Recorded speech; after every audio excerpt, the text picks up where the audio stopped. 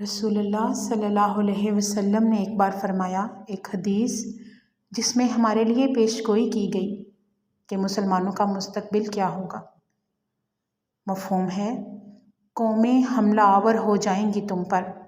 सोचें बतौर मुसलमान कि कौमें तुम पर हमला आवर होंगी जैसे खाने की एक प्लेट पर कई ज़्यादा लोग हाथ बढ़ाते हैं। ये दरअसल एक सुन्नत है इस्लाम में कि एक बड़े बर्तन में खाना डालकर सब लोग इकट्ठे बैठकर खाना खाते हैं और इससे बरकत होती है। तो नबी पाक ने हकीकत से एक मिसाल दी कि जैसे एक प्लेट में कई लोग खाना खाते हैं। तो सहाबा ने पूछा कि क्यों? क्या ऐसा इसलिए होगा कि हम तादाद में थोड़े होंगे? नहनु कलीलन, हम कम होंगे?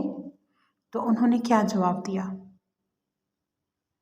नहीं, तुम बहुत ज़्यादा होगे, बहुत ज़्यादा तादाद होगी। क्या तादाद है आज दुनिया में मुसलमानों की?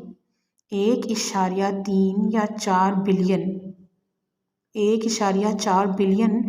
लेकिन हम लोग, चाहे वो मशरिक़ के मुसलमान हों, मगरिब के या पूरी दुनिया के, उन्होंने कहा तुम समंदर की झाग जैसे होगे।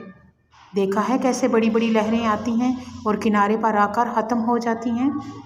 और ऐसा इसलिए होगा कि तुम दुनिया से मोहब्बत करोगे और मरने से डरोगे।